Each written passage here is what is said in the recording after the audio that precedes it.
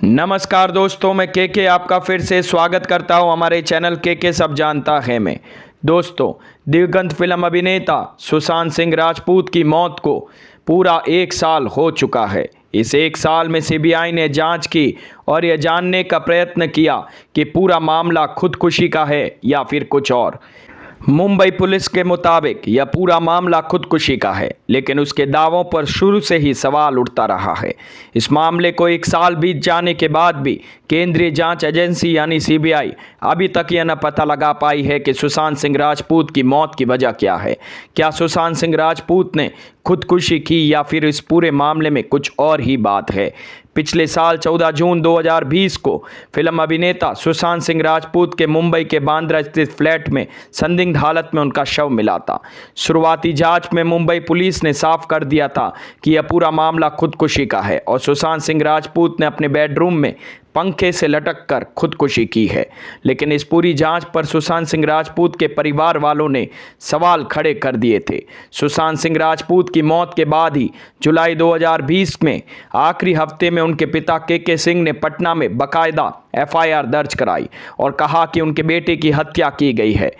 पटना में दर्ज कराई गई एफआईआर के आधार पर सुशांत सिंह राजपूत के परिवार ने सीबीआई जांच की भी मांग की और अगस्त 2020 में सीबीआई ने इस पूरे मामले में मामला दर्ज किया और अपनी जांच शुरू की। सीबीआई की तमाम टीमें दिल्ली से मुंबई पहुंची और अपनी जांच के दौरान उन्होंने सुशांत सिंह राजपूत के घर जाकर पूरे क्राइम सीन को रिक्रिएट किया।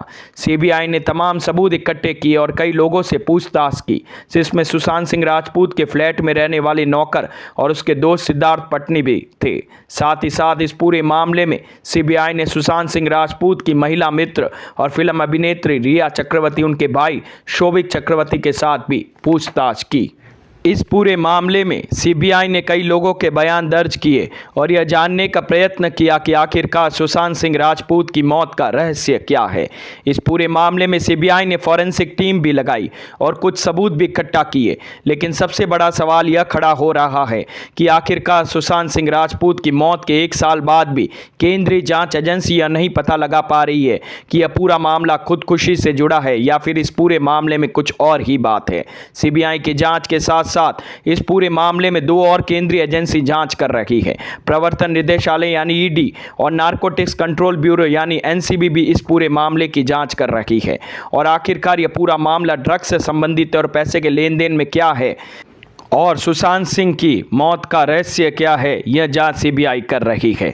सुशांत सिंह राजपूत के मौत के मामले में उनकी महिला मित्र और फिल्म अभिनेत्री रिया चक्रवर्ती ने बाकायदा मुंबई पुलिस के पास सुशांत सिंह राजपूत की बहनों के खिलाफ एफआईआर दर्ज कराई थी, जिसमें रिया चक्रवर्ती ने आरोप लगाया कि इस पूरे मामले में सुशांत सिंह राजपूत की बहनों ने सुशांत सिंह राजपूत को गलत दवाइयाँ दी थी। हालांकि यह मामला भी सीबीआई के पास है, क्योंकि सुशांत सिंह राजपूत की मौत में जो भी है उसकी जांच सीबीआई कर रही है और लोगों से पूछताछ भी कर रही है। सीबीआई का मानना है कि जांच सही दिशा में चल रही है और सारे फॉरेंसिक एविडेंस और सबूतों के आधार पर ही आगे की जांच हो रही है, जिसके बाद यह साफ हो पाएगा कि सुशांत सिंह राजपूत की मौत का असली मामला क्या है। दोस्तों, अब हम बात करेंगे सुशांत सिंह राजपूत के साथ 7 जून से 14 जून के बीच क्या क्या घटित हुआ था। सबसे पहले हम बात करेंगे 7 जून 2020 की। उस रात तक सब कुछ ठीक था। सुशांत सिंह राजपूत अपने घर में बिल्कुल सामान्य थे। उनकी गर्लफ्रेंड रिया चक्रवर्ती मार्च से उनके साथ इसी घर में रह रही थी। लॉकडाउन के चलते शूटिंग बंद थी और बाहर आना जाना भी बंद था। सुशांत के तीनों मुलजिम और उनका दोस्त घर के ग्राउंड फ्लोर पर रहते थे, जबकि सुशांत और रिया फर्स्ट फ्लोर पर। 8 जून 2020 सुबह सुबह सुशांत को पता चलता है कि उनकी पूर्व सेक्रेटरी दिशा सल्यान ने मलाड के जन कल्याण नगर की एक सोसाइटी की 14वीं मंजिल से कूदकर खुदकुशी कर ली। दिशा को सुशांत और रिया दोनों अच्छे से जानते थे, बल्कि दिशा को सुशांत से मिलवाने वाली भी रिया ही थी। दिशा ने जब खुदकुशी की तब उसका मंगेतर उसके साथ था। दिशा की खुदकुशी की खबर से सुशांत हैरान थे। दिशा की मौत के खबर मिलने के बाद अचानक घर का माहौल बदल जाता है। रिया और सुशांत के बीच झगड़ा होता है। फिर दोपहर होते होते रिया, जो पिछले 3 महीने से सुशांत के साथ रह रही थी, अपना सामान लेकर घर छोड़ देती है और ये कह कर जाती है कि अब वह फिर कभी नहीं आएगी। इतना ही नहीं, घर से निकलते ही वो सुशांत का नंबर भी ब्लॉक कर देती है। पूर्व सेक्रेटरी की खुदकुशी और रिया का झगड़ा और घर से निकल जाना सुशांत को परेशान कर देता है। सुशांत मुंबई में रहने वाली अपनी बहन मीतू को फ़ोन करते हैं। मीतू सुशांत को समझाती है और फ़ोन पर इस सदमे से उबारने की कोशिश करती है। अब हम बात करते हैं 9 जून 2020 को क्या हुआ। सुबह अखबारों में सुशांत की पूर्व सेक्रेटरी की खुदकुशी की खबर भी छप चुकी थी। खबर में सुशांत का भी नाम था। सुशांत और ज़्यादा परेशान हो उठते हैं, मीतू को फ़ोन करते हैं। मीतू भाई को परेशान देखकर सुशांत के घर पहुंच जाती है। इस दौरान सुशांत मीतू को रिया के साथ हुए झगड़े के बारे में भी सारी बातें बता देते हैं। दिशा की मौत और रिया का घर से झगड़ा कर जाना सुशांत को बेहद परेशान कर देता है। सुशांत को परेशान देख मीतू अमेरिका में रहने वाली अपनी बहन श्वेता से बात करती है। वो इसे दिशा की खुदकुशी और रिया के झगड़े के बारे में भी बताती है। ये जानने के बाद श्वेता अमेरिका से 9 जून की रात को सुशांत को व्हाट्सएप करती है और सुशांत से उसके पास अमेरिका आने के लिए कहती है। श्वेता के इस व्हाट्सएप का जवाब सुशांत 10 जून की सुबह देते हैं और लिखते हैं कि मेरा भी बहुत मन कर रहा है। इस व्हाट्सएप चैट का स्क्रीनशॉट खुद श्वेता ने शेयर किया। अब बात करते हैं 12 जून 2020 की।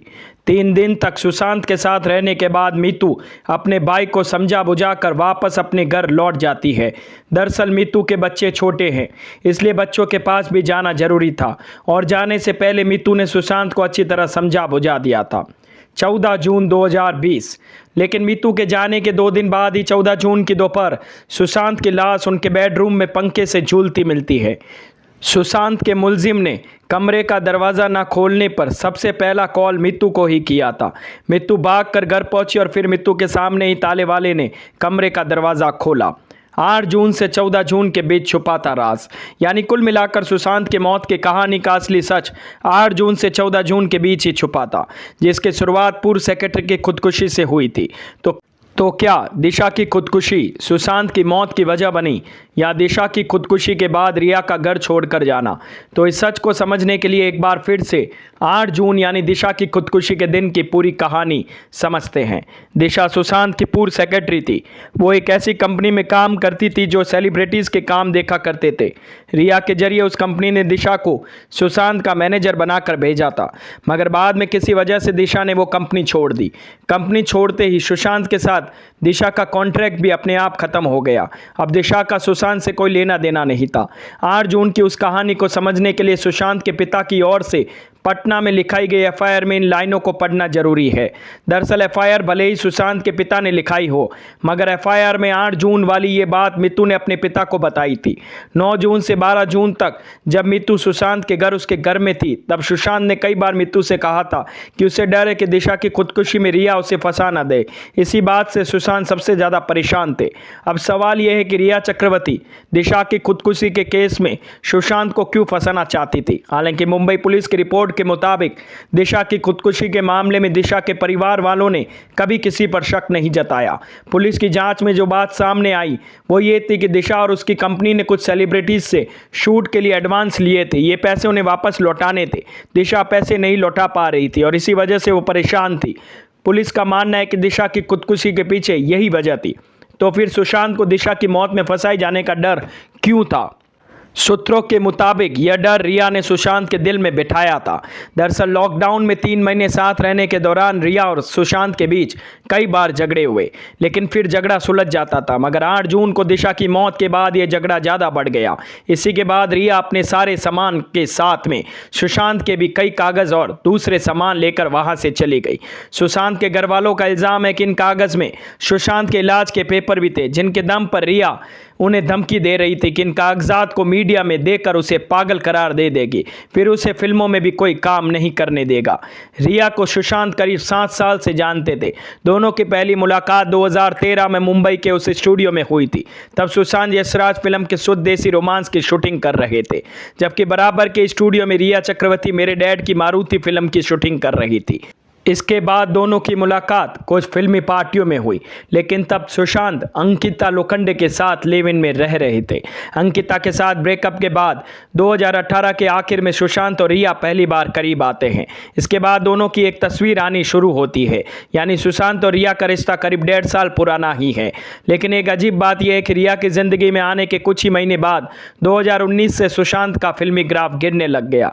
बड़े बजट और बैनर की फिल्में एक एक करके हाथ से जाने लगी। लग गई और ये वही वक्त था जब अच्छे खासे सुशांत को पहली बार रिया की जिंदगी में आने के बाद मनोचिकित्सक के पास जाना पड़ा। दरअसल रिया अकेले सुशांत की जिंदगी में नहीं आई थी। रिया की मां संध्या चक्रवर्ती, पिता इंद्रजीत चक्रवर्ती, भाई सोविक चक्रवर्ती और रिया की खास दोस्त सैमुअल मिरांडा भी लगातार सुशांत के इर्द गिर्द थे।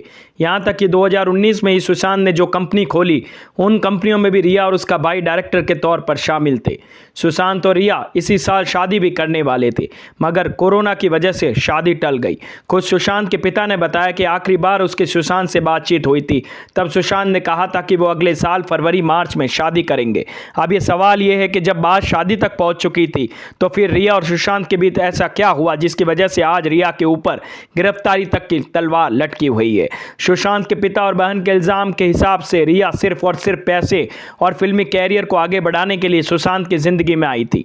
उसके आते ही साल भर के अंदर सुशांत डिप्रेशन के मरीज हो गए, बैंक बैलेंस लगभग खत्म हो गया। लेकिन एक वजह और भी थी जिससे रिया को डर लग रहा था। मार्च से पहले सुशांत और रिया की जिंदगी ठीक ठाक चल रही थी, मगर मार्च से 8 जून तक जब दोनों एक साथ रह रहे थे, झगड़ा वहीं से शुरू होता है। इसी दौरान सुशांत पुरानी गर्लफ्रेंड अंकिता लोखंडे के साथ भी दोबारा चैट शुरू कर चुके थे।